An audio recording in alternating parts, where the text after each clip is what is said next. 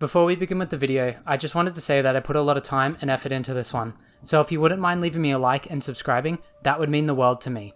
Anyway, let's get on with the video, and I hope you enjoy it.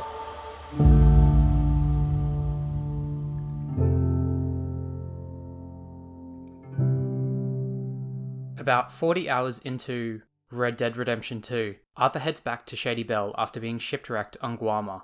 What is significant about this scene is that it comes after you have discovered most of the world, completed many of the story missions, and met with a wide cast of characters. And when the story is at the peak of its crescendo, Arthur and the gang are forced to flee from a bank robbery gone wrong. The group decides to get on a boat and flee the country, but after a few days out at sea, a raging storm sinks the ship. This begins the most inconsequential and unnecessary part of the story. But nevertheless, when you finally arrive back in the United States and head for Shady Belle, you are greeted with the D'Angelo sequence. Stand unshaken amid. This works on so many different levels. Firstly, the visuals are incredible as always. Secondly, the song is fucking amazing and a joy to listen to. And lastly, is that as a player, you feel comfortable again. You recognize the scenery around you. You are riding along the same trails and roads you used to. Now, what does any of this have to do with Days Gone? Well, it does the same thing. It uses a musically driven scene to get you from one act to another, and it does this twice. But Days Gone falls short in its execution for an emotional connection to the player, unlike how Red Dead handled it. This is due to how quickly the first of these two events occur. Where Red Dead took over 40 hours to build up to this moment, Days Gone tries to resonate with you in the same way within the first 10 to 15 hours, and it's just not earned. When another 15 hours passes and it tries to pull the same trick again, it feels a little underwhelming. And I could compare much of the writing, characters, and story aspects to Red Dead 2, but that would sound a lot more negative towards Days Gone than I actually am. Because while Days Gone's story and things of that matter don't match the heights of its contemporaries, I believe that was an unrealistic expectation many had put on this game. See, when Days Gone was released back in 2019, it was met with mediocre to average reviews almost across the board. Many citing it as boring, repetitive, underdeveloped in terms of gameplay and the open world, and overflowing with technical issues. But I disagree with almost all of that, besides the technical state. I enjoyed basically every aspect of Days Gone, from its story to its gameplay. In fact, there's almost nothing I would call bad in this game. While yes, almost everything here has been done before, that shouldn't be a reason to completely write something off. And before we continue on with specifics about Days Gone, I wanted to briefly say that Bend Studios, the developer of Days Gone, is a very small AAA studio when comparing it to others like Rockstar, who have thousands of developers. This is also their first console-developed game since the PlayStation 2. Although I don't believe the developer's situation can turn a game from bad to good, I do think it's important to know the context of how a game was made. Because even me comparing this to something like Red Dead Redemption 2 is unfair in many different ways. Lastly, I just want to say that I played Days Gone for the first time a few months after release back in 2019, and went in with some pretty average expectations, and I was pleasantly surprised.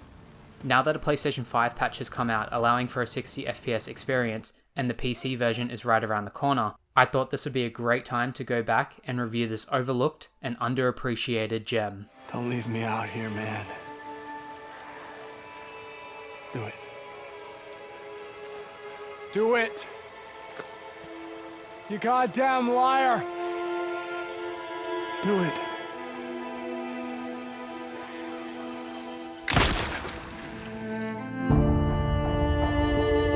Days Gone is set in Oregon and tells the story of Deacon St. John, a former outlaw biker turned drifter who is trying to survive in a post-apocalyptic world. 2 years ago, a virus was released upon the world and quickly infected much of the population, turning them into zombies, or as Days Gone calls them, freakers. On the night Deacon, his wife Sarah, and his bikie friend Boozer were trying to escape the city, Sarah is stabbed and bleeding out. Deacon rushes her to a nearby roof where a helicopter and a medical team is waiting. Deacon promises to find Sarah at the drop-off point, but is unsuccessful. One day out in the field, Deacon and Boozer run into a group of rippers and they greatly wound Boozer, torching his arm. Deacon is now tasked with going around Oregon to do favors for the leaders of the surrounding encampment camps, to try and get some help for Boozer's arm, all while trying to figure out what happened to his dead wife Sarah. As you can probably tell already, the story isn't exactly unique, and this will be a common theme throughout the review. But another common theme will be how that isn't inherently a bad thing. Let's begin with the characters, because they are what I think makes a story great, not the complexity of its narrative. Deacon St. John, besides having a badass name, is a very interesting character. If you wrote down his character traits, he would probably sound exactly like Joel from The Last of Us. A scruffy guy who basically hates everyone. Someone who thinks the world is fundamentally fucked, but has a heart of gold somewhere under his hard exterior. Sam Witwer, the voice actor for Deacon, does such a great job with this character. He's likable, he's charming, he brings the right amount of emotion to every scene he's in, and he acts like a proper badass. It feels like if you were to cross Deacon, he would track you down and kill you. He also has a believable relationship with his wife Sarah, which gets fleshed out through flashbacks a la The Last of Us Part 2. I always enjoyed seeing them interact, seeing how they met and how their relationship slowly bloomed over time. It adds to your want to finding out what happened to Sarah. So many game narratives fail on them just telling you to care about this character. Oh, the protagonist cares for them, so you should too. No, that's not how stories work. You need to show me why I should care. You can't just tell me and move on. Then you have Boozer, Deacon's best friend. This guy is also a badass, and seeing their brotherly relationship was always heartfelt. This could so easily have just been two meatheads interacting with each other, but the performances help bring it home. Most interestingly are the leaders of the 4 different camps around the map. Each of them basically decides how to run their camp, and they all do it in a completely different way. First you'll meet Mark Copeland, a self-proclaimed prophet who uses his radio station to spread propaganda that the government was the sole reason for the outbreak. Secondly, there's Tucker. She runs her camp like it's a jail, where everyone has an exact routine, and if you don't do what you're told, you'll get beat. She believes that what good is free will if someone's selfishness or mistake could cause people to go hungry.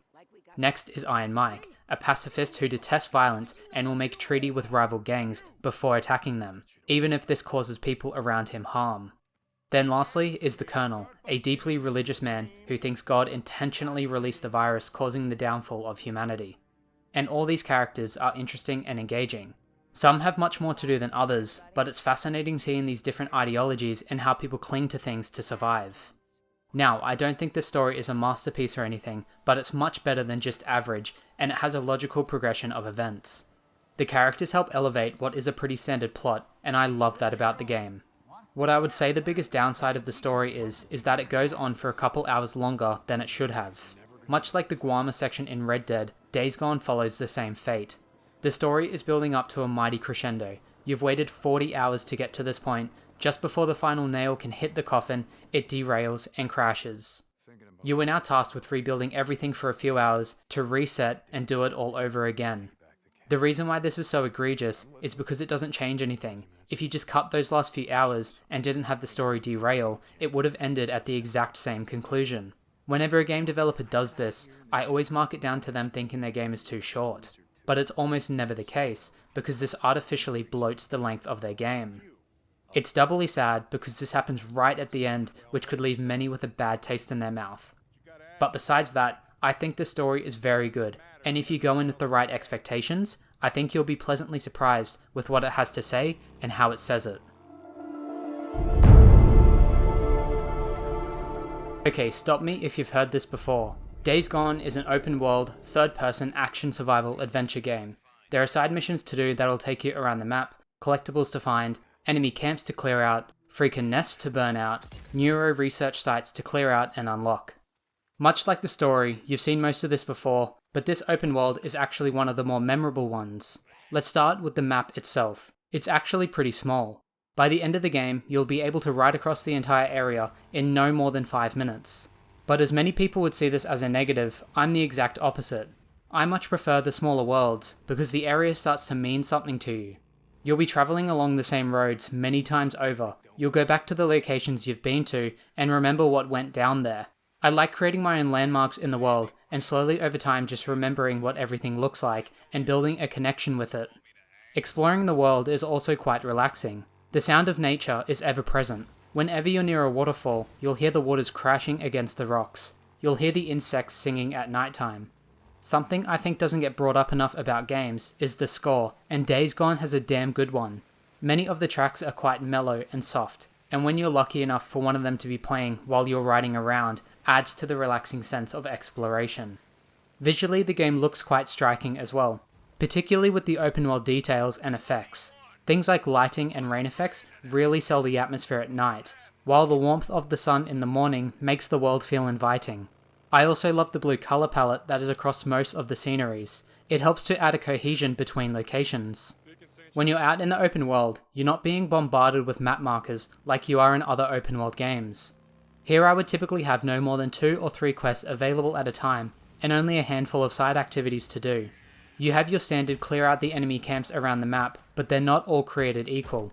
Sometimes you'll clear one out and that'll be it, but others will have a hidden bunker. If you locate it, you'll find a map inside that will reveal some important areas around the map for you. There are freaker nests to burn out, and doing so will lower the population of freakers in that area. More interestingly are the neuro research sites scattered around the world. These require you to solve a minor puzzle to access them. Each of them are filled with speakers you'll want to destroy, otherwise when you find the fuel and turn the generator back on, they'll blast out sirens alerting all nearby freakers to your location.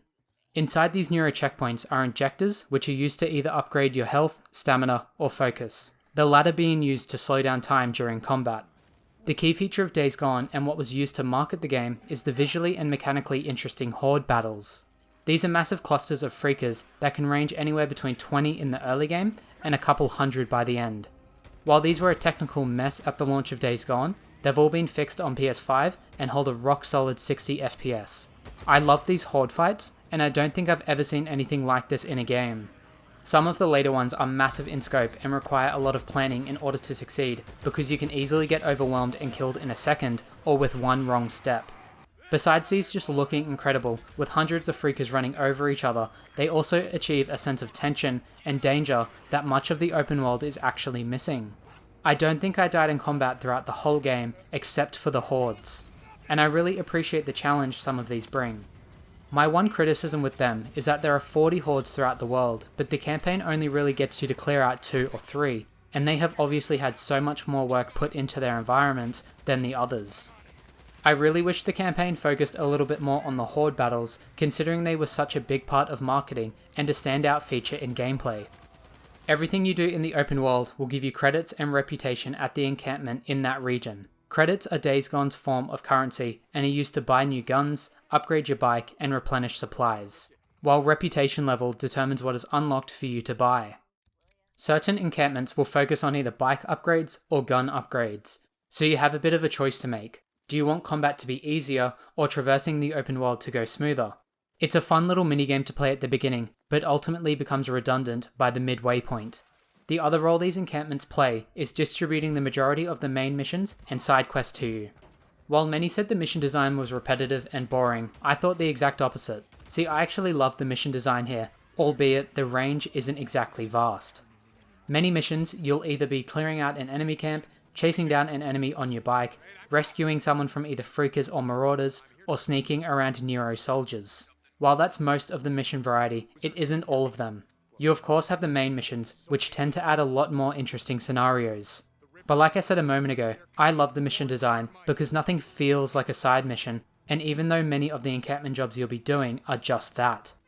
The most important word I just said was feel, because if you can design something in a way that doesn't make the player feel like they're doing the same thing over and over again, you've created something special. The reason why side missions didn't feel repetitive to me is because the quest givers have their own story progression tree, a la Ghost of Tsushima's character tales.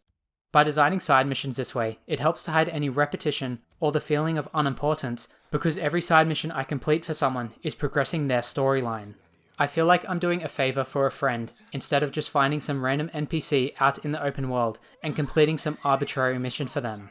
All for that mission to only take a few minutes and then never seeing that person again. That to me is extremely boring and doesn't give me any motivation to do side missions. And because of how Days Gone handles its missions, I never felt them stumble or grow tiresome in the 40 to 50 hour campaign. The only missions I did not enjoy are the neuro stealth missions, which require you to distract guards with rocks and sneak up to the researcher to eavesdrop in the bushes. If neuro guards see you, you instantly fail. If the researcher gets too far away, you instantly fail. And there's a lot of these missions, particularly in the early game, and they're predominantly used for exposition. I feel like they outstay their welcome long before they're over.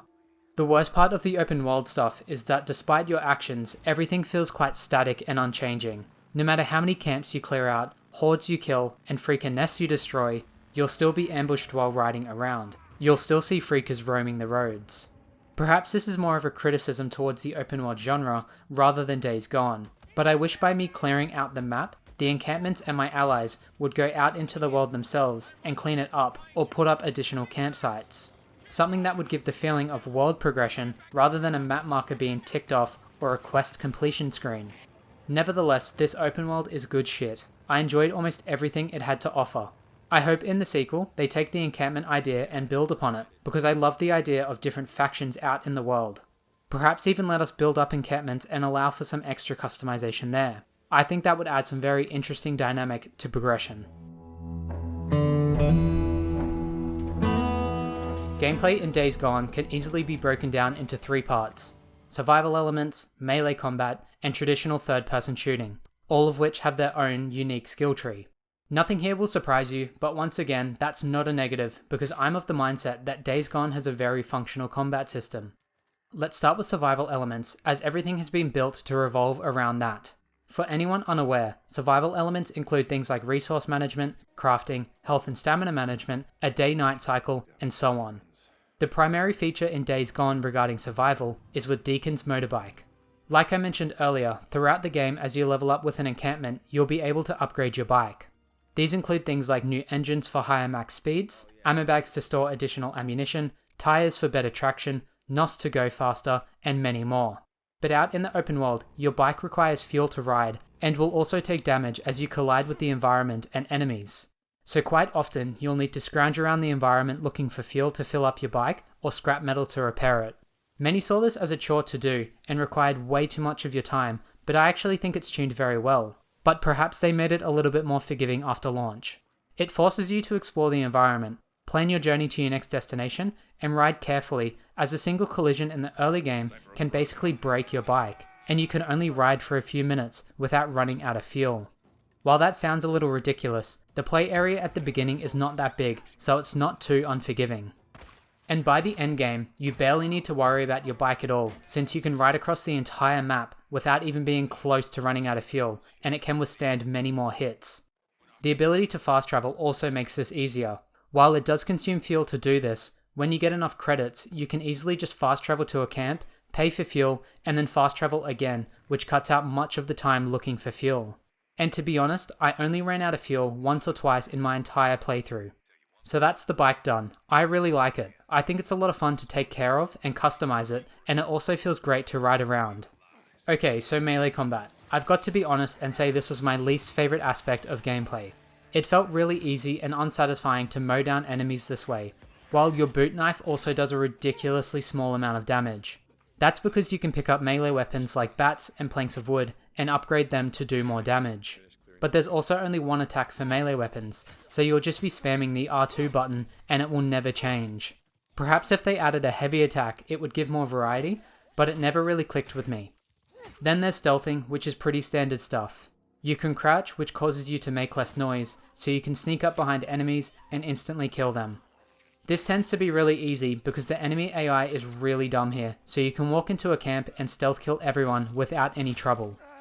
Lastly is the gunplay, and I had a blast with this. You'll start with a basic pistol and go from there. Eventually you'll unlock assault rifles, snipers, shotguns, and so on. There's a lot of variety here, and you can find what type of weapon you enjoy using the most. Shooting here feels pretty standard for a third-person shooter, and also uses focus as an integral part of its design.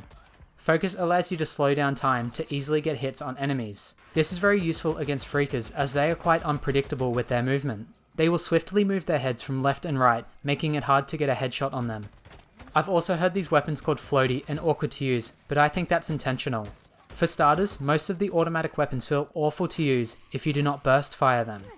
Additionally, the loading screen tips and upgrade screens also tell you to tap fire them. The only time you should use automatic weapons really is when you're fighting the hordes, when accuracy is not very important. Gunplay is also dramatically improved once you have unlocked the accuracy skill perks in the ranged skill tree. I also think gunplay would feel much better on PS5 because you have access to 60 FPS. See, back on PlayStation 4, the game was locked at 30, which dramatically increases your input time. What impressed me the most was the sense of player power progression. See, most games will give the player more power, all while increasing the enemy difficulty, which basically cuts out the net increase in power the player received. But in Days Gone, the majority of the enemies you'll fight are basic humans and basic freakers, both of which only take a couple of bullets to kill. There are of course additional enemy types later in the game, but it changes ever so slightly. So at the beginning of the game, you'll really struggle to take on a horde, and when you try to defeat your first one, it will take a long time and likely take all of your resources to do so. But by the end, the amount of different craftables, weapons, and options available to you makes it feel like you can do whatever you want. Hordes become a minor inconvenience to you, enemy camps become a breeze. And none of that is a negative. Just because it gets easier doesn't mean it gets worse. Days Gone isn't going for a challenging experience, so the sense of being powerful by the end makes it feel like you've come a long way since the outset of your journey. If you heard anything about Days Gone when it had come out, it would have been that it was very buggy, and I think that attributed greatly to the mediocre reviews it got, so I'm happy to say that it's much better now, but it's still not perfect. I ran into my fair share of bugs throughout my playthrough. I'm just going to run through most of the glitches I got so you can see how stable it is in 2021. On the low end of glitches, I got visual pop-in while traversing the open world, things like obvious shrubbery popping in, graphical changes on cliffs, lighting, and shadow changes. The worst I got was in the third and final region where these logs and tents just wouldn't load. Character models colliding and being inside of objects. Characters screaming at me while I'm talking to them. It's not safe out here in the shit. A story cutscene where the floor and desk didn't load in. Then there's your more mid-tier to bigger issues. Trying to attack a freaker and falling through the roof and dying. Hitting a tree and then getting up and dying. Deacon sounding like a fucking psychopath in combat. How do you like that, huh? That one's not really a bug, because Deacon's entire combat chatter is pretty creepy and completely out of character, but I'm counting it as one anyway because it should be patched. An enemy was not in the vicinity of a quest, so I could not progress unless I killed him.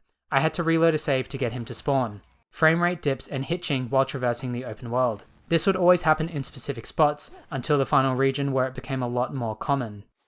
And finally, I think at least, is the 2 occasions I had where I was ambushed by a group of marauders and got shot by a sniper while getting back on my bike. This caused my bike to go flying across the map. On the first occasion, I was really confused by what had happened and had to check out my map to see where my bike had gone. Once I had realized what happened, I spent about a minute running to my bike and depleting my stamina. I then reached the supposed destination of my bike, but it was nowhere to be seen. So I decided to look up, and there it was, just floating in the sky. You have the ability to go into your map and hold down the square button to recover your bike in case you lose it at the bottom of a lake or in a swarm of freakers, so that's what I did. But doing this caused my bike to go all the way back to where it originally came from. So once again, I spent another minute running all the way back to where I had come from, again depleting all of my stamina. This was the moment I wanted stamina management to be out of the game completely, or at least not consumed when out of combat. Because it just makes it an absolute chore to get around on foot at the beginning of the game, because you can only run for like 15 seconds before running out of breath. This is doubly annoying when it depletes when you're in one of the encampments, because you have no chance of being in danger when you're within those walls. At least in the open world, it adds to the fear of running out of fuel, as you'll have to scrounge around looking for some. But when the bugs cause me to have to waste so much time running back and forth from my bike to its bugged location and then back again, it just grates on me. Anyway, this is what happened the second time it occurred. So it's obvious this game still has issues in it, and it's probably okay to assume the console version will never be fully patched. Unless Bend Studios goes back in and does a proper PlayStation 5 upgrade, but I doubt it. And considering the PC version is right around the corner, I'm very curious to see how that'll launch.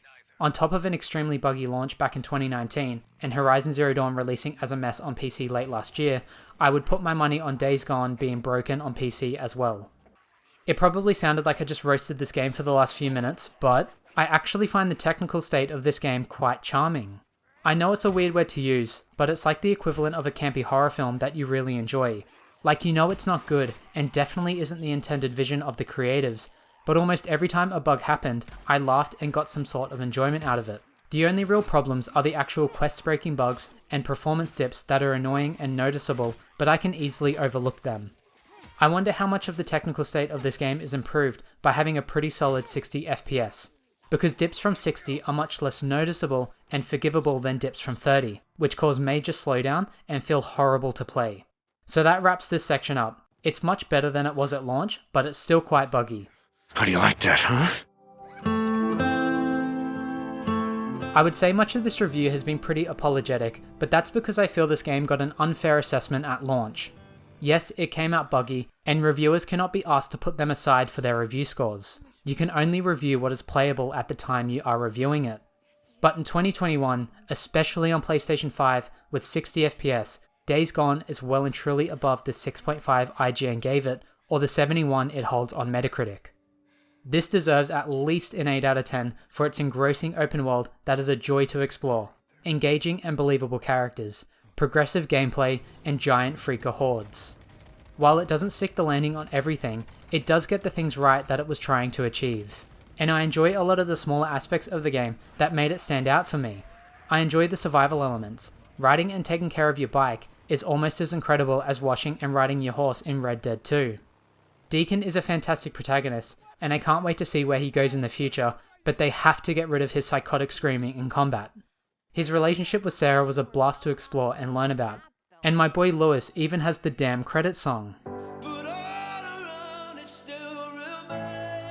Yes, Days Gone is not very unique, and yes, it's still a little buggy, but I could say the same for so many other AAA games. Games like Assassin's Creed and Cyberpunk, hell even Red Dead Redemption 2 was buggy at launch and shares many of the downsides of Days Gone. This game just has so much heart and soul put into it. Everything feels carefully crafted, and anything that is underdeveloped just feels like a limitation of their team size. This was a very ambitious product for Bend Studios, and I think they did a great job with what they had available to them, and I cannot wait to see what they do with the sequel. For anyone that has watched up to this point, I just wanted to thank you for finishing the video. If you haven't played Days Gone yet, I cannot recommend it highly enough. You could probably pick it up at your local game store for like $20, and it's coming to PC in a few months if you prefer to play it there. But that's it for this one. I think it's a fantastic game, and I think it deserves your time and money.